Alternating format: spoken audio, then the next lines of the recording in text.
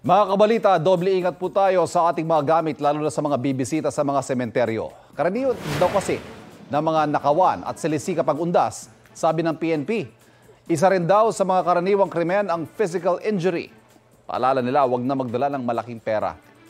Huwag din daw ilagay ang mga cellphone at iba pang gadget sa bulsa sa likod. Muli namang ipinaalala ng pulisya na huwag nang papuntahin ang mga senior citizen, mga bata at mga buntis para na rin sa kanilang kaligtasan na makaiwas sa siksikan o mahabang lakaran. Balita ko, may tututukan kayo tuwing 10:30 a.m. sa GTV.